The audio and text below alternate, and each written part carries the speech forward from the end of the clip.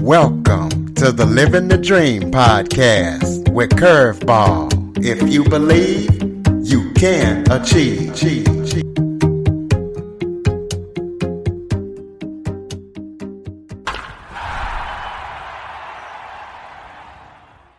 Welcome to the Living the Dream with Curveball podcast, a show where I interview guests that teach, motivate, and inspire.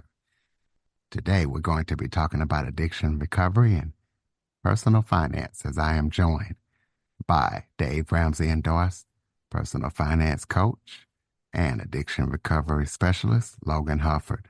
Logan spent years destroying his marriage and his life as well as other people's lives, being addicted to porn. He got it all turned around. He's going to tell you how, and he's also a Dave Ramsey endorsed personal finance coach. So not only is he helping people with addiction, but he's also helping people that need it in the way of finance. So Logan, thank you so much for joining me today. Absolutely. Thank you so much for having me. Why don't you start off by telling everybody a little bit about yourself? For sure.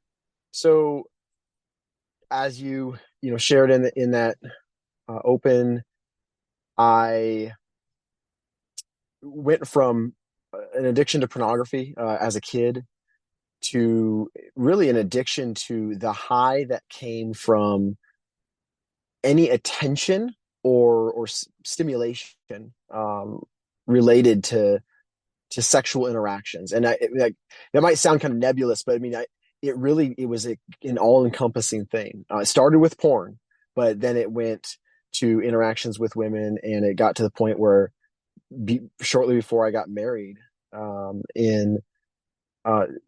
this would have been in 2010. I got married in 2011. 2010, I had my first affair and cheated on my fiance, which then that dam broke, and then I started just completely in this cycle of constant affairs, constant pornography, prostitutes. I mean, just a very dark double life that I did everything I could to keep it secret, keep it hidden. And it was truly, again, it was an addiction to the hit that I would get from all of these things.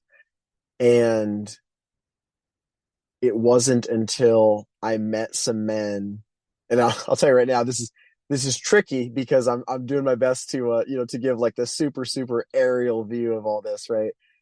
There's obviously a lot of details, and feel free to zoom in or ask any clarifying questions. But it wasn't until I sat down in 2016, still not sober, still not healed, not by a long shot, but I'd started going to some meetings and started to do some things. And I went to a meeting called Prodigals. And at that meeting, there were multiple guys who had a similar story to me, who had years of addiction to porn, years of acting out with other women, years of hurting their wives, or, I mean, not all of them were married, but most of them were. And yet there were 8-10 guys that had that story and had restored and healed lives. Not just that they weren't acting out, but they were actively healthy. Just you would never have known that these guys were raging addicts. Most of their marriages and their families were restored, not all, and that's a key thing. I can only control my own choices. I obviously can't control whether or not my family unit can be restored, my marriage, but most of them even had restored marriages. And God used that to bring me a lot of hope, because all I had for years was darkness. I hated myself, hated the fact that I was on this earth, because all I did was hurt people. And that was still the early point of a recovery journey, but got into a voluntary house arrest recovery program, Christ-based 12-step recovery program called the Prodigals Mentorship. And 2 years later, in 2018, graduated from that and have never looked back. Recovery has been a constant part of my life since then. And, as you mentioned, and I do want to make clear, I'm not going on podcasts to to sell anything or put myself out there specifically as a coach. Only reason I even mention it in my bio is because I do very intentionally utilize, the gifts that God has given me through recovery, to help folks get healthy with their choices, get help with their routines and their behaviors, whether it's, not looking at pornography and flirting with women on Monday nights at my recovery group, or helping folks stay away from impulsive credit card, purchases on Monday morning, and kind of everything in between. Okay, so you said that you got addicted to porn as a kid. Can you explain that? For sure. And that right there is a microcosm, as you'll hear, of just, how addiction works, and how it looked in my life, because it's progressive. It doesn't stay as any one thing. I grew up in a really conservative, very safe, very loving home. That's another piece to my story. Is my story is incredibly boring, like the way it starts out, and yet it's kind of unique in that way, because a lot of guys have trauma and abuse, and things of that nature that you can point to and go, okay, well, yeah, that no wonder this guy, got wrapped up in his stuff. I didn't have that. But when I was about 9 years old, I don't remember the specific age, but I think it was around 9. Didn't know how sex worked, didn't know how masturbation worked, didn't know any of that. But I knew that I liked seeing pictures of women in lingerie and bikinis and that kind of thing. And we didn't have, dirty magazines, and we didn't have anything like that. And I'm older than some, younger than some, but this was also dial up internet. This, we didn't have smartphones. I mean, but I could find the JC Penney catalogs and things like that. And, there would always be at least a couple pages in there, that I could see. And I started to get that hit. And again, I didn't know what to do with it, right? Like, I didn't understand biologically what to do with myself. I just knew that, okay, this is giving me a rush and I like this. And that graduated to looking at pictures online, which then graduated to videos.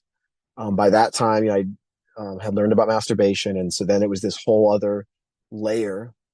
And one thing I've since learned, in recovery, is just again, from the biological perspective, it's one, I mean, I can be addicted just by looking and getting that hit. I can train myself to chase that, Pavlov's dog kind of thing.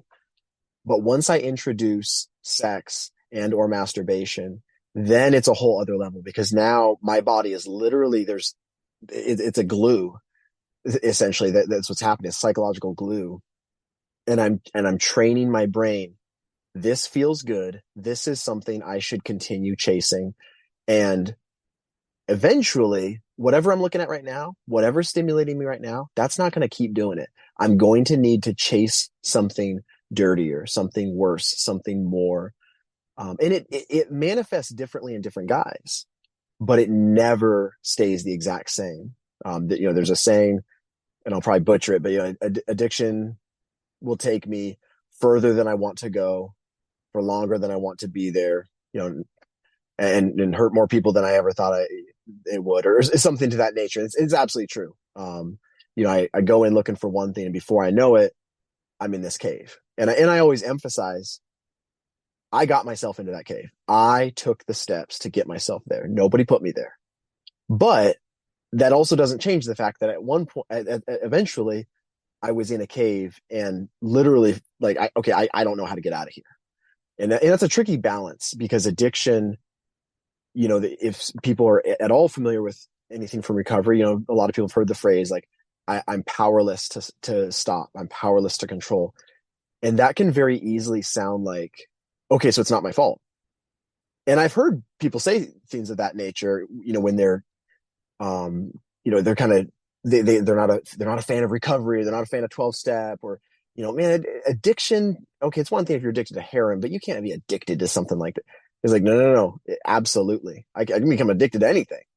And it's not that it's not my fault. It's, I'm in control of my individual choices, but at some point, when I've gotten myself so trained, I'm no longer in control of whether or not I feel urges, and my brain literally starts to deteriorate. And that's not a figure of speech. There are, I mean, a quick Google search, people can do this. The effects on my brain from masturbating compulsively to pornography, it's a similar effect brain damage wise as long-standing cocaine abuse.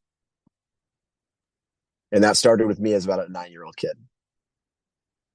Which brings me to my next question. In your bio, you say that porn is dangerous. Why do Yep. you say that?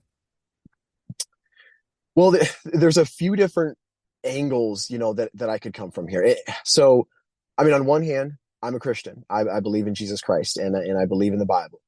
And the idea of lust, the idea of me, picturing myself or fantasizing about a woman's, sexually, that's lust, that's sin. So there's, very much there's a Christian perspective that, should more or less be obvious. But if somebody's an atheist, or somebody has different beliefs, it's absolutely destructive, purely, even if you don't believe in a God, you don't believe, just from a biological perspective. Um, when, when somebody has an addiction, and when I say addiction, I don't just mean something like, oh man, I just, can't stop buying rabbits, or I just can't stop, playing this, this game on my phone. Like those things might be kind of an addiction, but I mean something that's like, it's destroying my life. I got an addiction to heroin. I got addiction to pornography. I got an addiction to alcohol. When the addiction starts, maturity essentially stunts, it stops. And if anybody knows someone that is, 30 years old, 40 years old, 50 years old, and they've got a serious addiction to something, ask that question. Does this person act like a 12-year-old? Do they act like, and I don't mean that making fun of anyone, but if somebody knows an addict like that, the answer is usually going to be yes. And again, that's not saying that nothing's their fault, but literally when they got into that addiction, when they started giving control over to a substance or to an unhealthy pattern, their maturity psychologically and emotionally, and in some cases physically, when it comes to the brain, literally got stunted. And that can be reversed, which is a newer finding scientifically, that that I can retrain my brain. I can actually regrow parts of my brain that have been deformed. Um, I'll stop rambling, but again, I mean, it's something where if people want to know more, I mean, they can reach out. I have an email that goes just directly to me or my wife, because she has her ministry as well, working with women that have been betrayed, by a man struggling with sexual addiction. But so if people have questions, they can reach out. But also, if somebody truly wants to know the truth about this, no matter what your beliefs are, a quick Google search can turn this stuff up. But there's also some specific resources I can recommend. So tell us about Prodigal. Explain what that is, and if it's nationwide, worldwide, and if people need to reach out to Prodigal, can they do so? If so, how? Absolutely. So Prodigals International is a nonprofit organization, and it is worldwide. And they put out some curriculum, and they've got groups.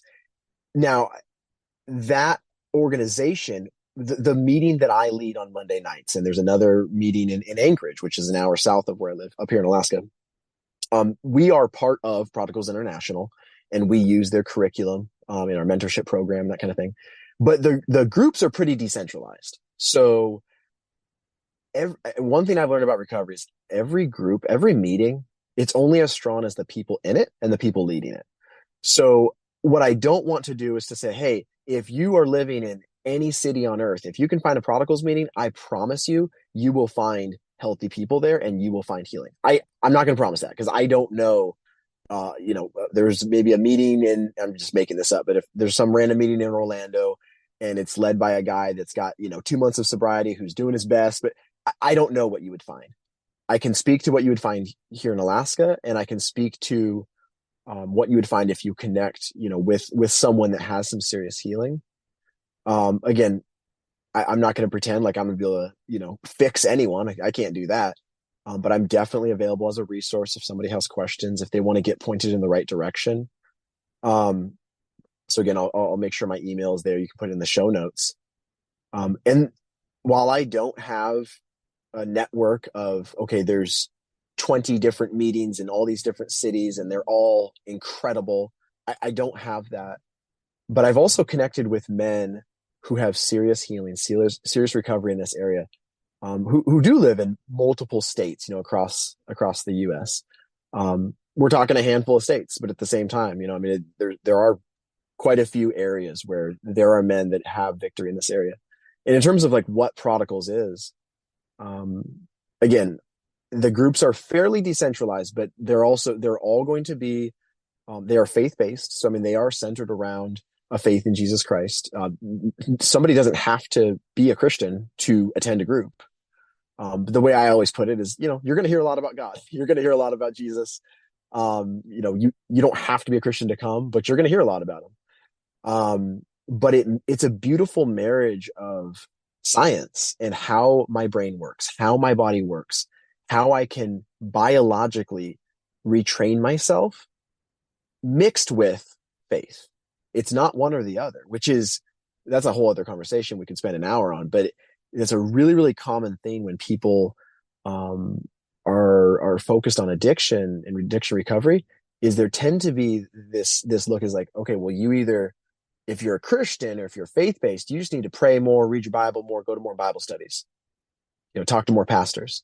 And then you've got the other group that's like, no, you don't need that God thing. You don't need that. All you need is science. And it's a mixture of both that we do in Prodigals. Okay, so you mentioned your wife does her own ministry. How was she able to, trust you after all you put her through? And if there's women out there that have issues or where they've been betrayed, kind of talk about her ministry too if they want to check it out, start Absolutely. something. I am really thankful that you asked about that, because I mean, as much as I want to share, what God has done in my life, I want to shed light on that and give some hope. That's just one piece. And, what my wife has gone through, what I put her through, and the recovery and healing that she has found, that's a whole other piece. I'm blessed to be able to serve alongside her. We've shared our testimony many times. Someday I would love to do podcasts with her. She's with raising those four monkeys we got at home. She's like, I'm not ready to do podcasts yet. But so when I got into recovery, like seriously approaching recovery, not just playing around with attending a meeting here or there, it was 2016. March was my first meeting at Prodigals. My wife and I got sober in May of 2016. My wife started attending just 2 months later. Partners in Process is the group that she now leads, the group that she went to, and it's specifically for women who have been harmed by sexual betrayal. A husband or partner that's, addicted to pornography, having affairs, and, all of the above. And it is such as much as I didn't have hope, I didn't think that there was a different way.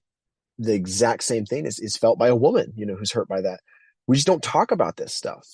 And I'll tell you right now, I was raised in the church. I was raised in a Christian family, and I am a Christian, and I have all the love for God and for church.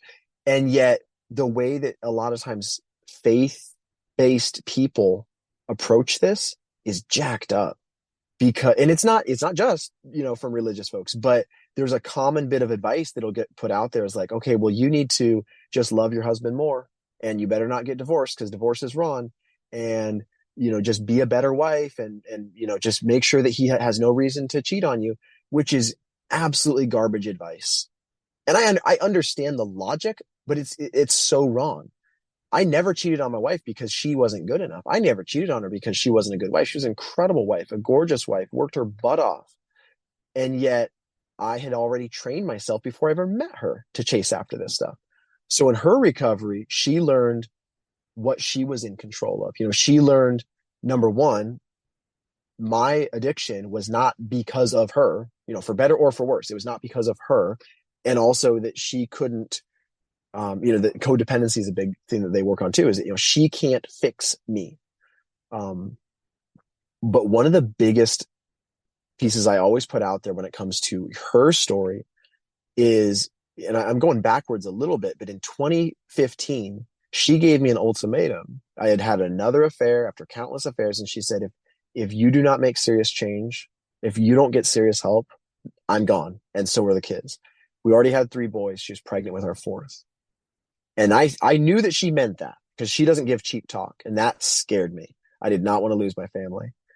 And so, I mean, if anyone's doing the math at home, there's still a whole year before I actually got sober. But that was the start of when I started trying to do anything.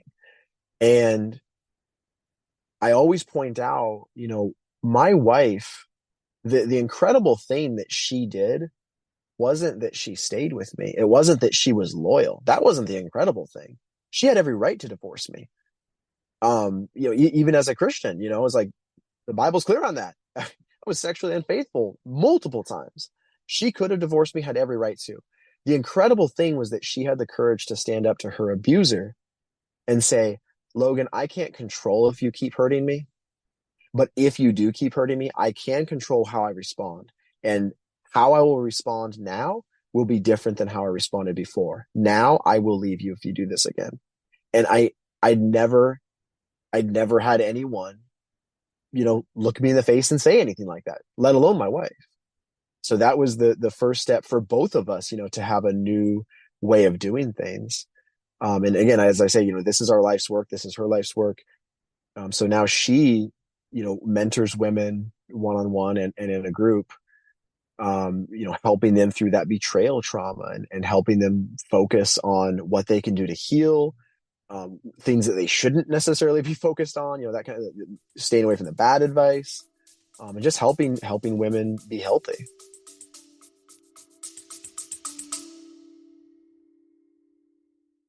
Okay, everybody, it's Michael E. Cullen II. And I'm Sesame and Carta from the All Too Real 2 podcast. We're passionate about movies, TV, and pretty much all things pop culture. Dive into the chaos of failed sitcoms, direct-to-video sequels, and the quirky realms of cinema and TV. Join us every Thursday for your dose of All Too Real 2 entertainment. We'll guide you through debates like whether Howard the Duck qualifies as a superhero. Ponder if Larry the Cable Guy could be the new Rock or Schwarzenegger. Discover if some shows and movies should have stayed in the cutting room. Ever heard of a sitcom featuring that dictator with the funny mustache? Well, we watched it. We're dedicated to unraveling the peculiarities of pop culture, sometimes with awesome guests. So, if you're into the eccentric world of pop culture, listen and subscribe to All Too Real 2. Available wherever you find podcasts and on Age of Radio.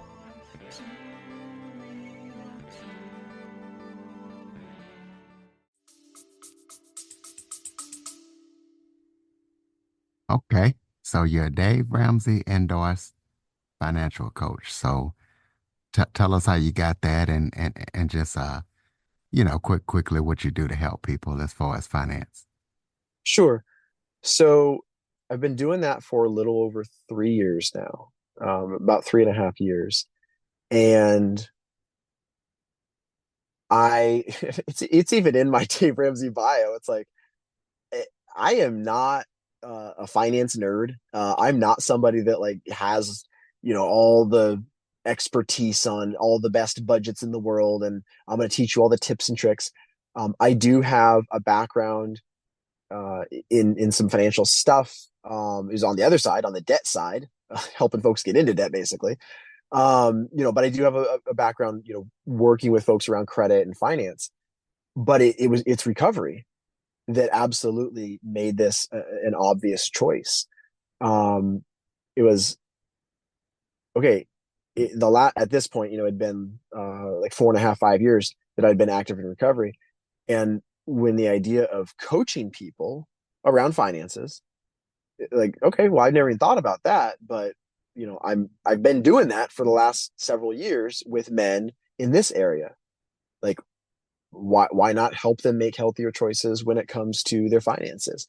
And I specialize very much on playing defense. There's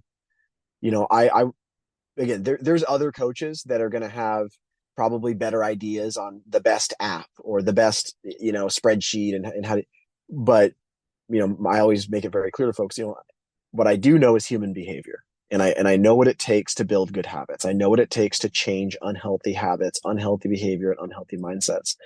And I don't get into all the specifics of my story with folks, but I also don't shy away from the fact that you're not going to find a bunch of diplomas on my wall that are going to impress you. my background is recovery. My background is I have my story, and I have a lot of experience working with people, at this point, both in recovery but also in coaching.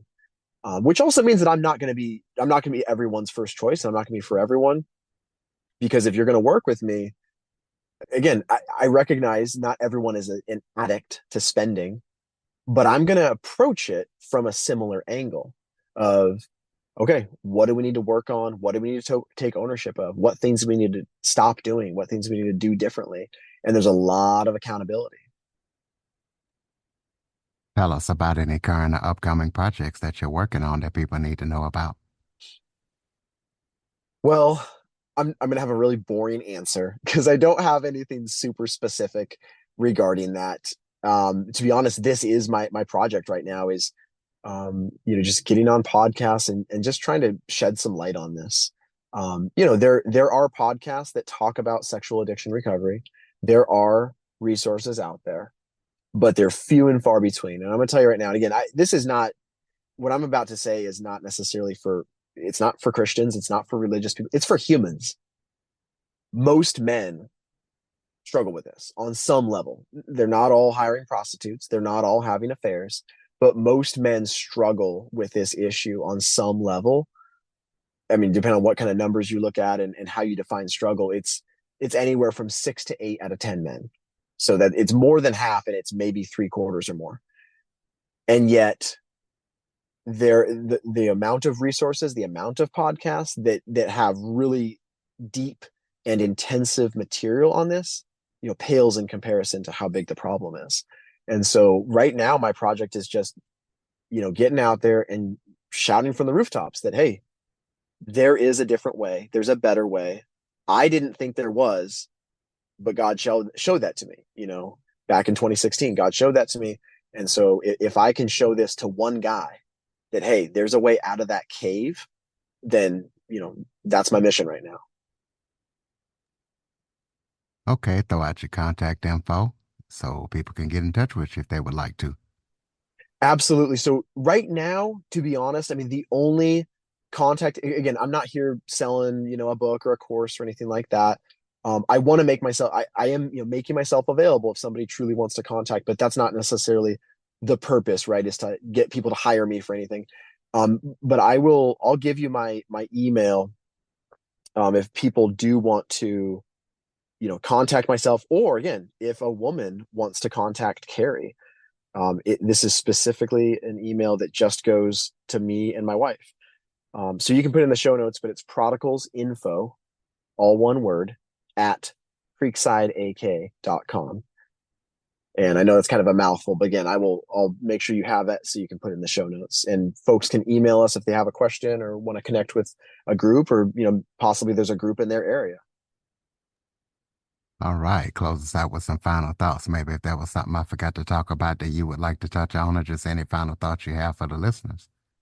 Sure. I wasn't planning on this, to be honest, but there is one piece that I want to put out there, and usually I'll share this as part of my story, just kind of chronologically, but I did my best to try to not, go into all the details for time's sake. There was one moment, I mentioned one area where, when my wife gave me that ultimatum, that had never happened before, right? Nobody had ever dealt with me in that area before. And there's another moment like that I just want to share really quickly. And to be honest, it applies to both pieces we've talked about. It applies to, finances as well, but it applies to life. So when I started going to some meetings, even though I wasn't sober yet, I didn't have healing yet, but I'd gone to some meetings. I met a man at a group called Celebrate Recovery, which is it's a faith-based 12-step group. And I was still basically playing with it. I was playing with recovery. I was attending every now and then, but I wasn't really doing things differently. And I met this man, and he was the only guy in a group of, I don't know, maybe 20 guys that identified as a recovering sex addict. All the other guys were, substance or anger or grief or, various things, but nobody else said they struggle with sexual addiction. And he came up to me after the meeting. He said, "Hey, I'm really thankful you're here, but, I think you might need more." He's like, "I needed more." And that's when he told me about Prodigals. And this is the man that ended up mentoring me. And I kind of kept him at arm's length for a while. And at one point, I even went up to him and I said, this is like a couple weeks later, I said, hey, so I would love to get together for coffee with you every now and again. If you'd be willing to talk with me about this stuff. And in my mind, I was really putting myself out there. Like, I'm really trying, I'm really willing to do something here. And he looked at me, and this man who became my mentor, who became like a father to me, became like a grandpa to my kids. He is one of the most loving, most gracious, most giving men I've ever known. And he looked at me in the eyes and he said, Logan, if you want to get together for coffee every now and again, I don't have time for you. And that hurt. Like, that was like he stabbed me, is what it felt like. And I'm like offended. And then he quickly followed it up and he said, if you want to seriously attack this, I will work with you and I will help you. But it's not going to be by your rules. It's not going to be easy. We're not going to just get coffee every now and again. It's going to be hard work. You're going to hate it. Maybe you're going to hate me sometimes. And again, for the second time in my life, God put somebody in front of me that talked to me and dealt with me in a way that I'd never been dealt with before. And that's exactly what I needed, because I was a narcissistic, sociopathic, manipulative person. And I needed that. And so, as maybe that's kind of a weird final thought, but I felt like it was appropriate because I think anyone, no matter what issue they're going through, whether it's maybe they need to work on their finances, maybe they need to work on anger, they need to work on their marriage, who knows? There's going to be a situation where I need to, metaphorically speaking, stop trying to just get coffee every now and again. And I need to actually like do some hard freaking work. So I needed to hear that. Maybe somebody needs to hear that. But I'll just leave that there. Well said. Ladies and gentlemen, if you know of anybody that can use Logan or his wife's services or help, reach out to him, follow, rate, review, share this episode to as many people as possible. If you have any guest or suggestion topics, see Jackson102 at Cox.net is the place to send them. Jump on your favorite podcast app, please. Give us a review. Hit that follow button. Thank you for listening, and thank you for supporting the show. And Logan, thank you for joining us, sharing your story. Absolutely. Thank you so much. For more information on the Living the Dream podcast, visit www.djcurveball.com. Until next time, stay focused on living the dream.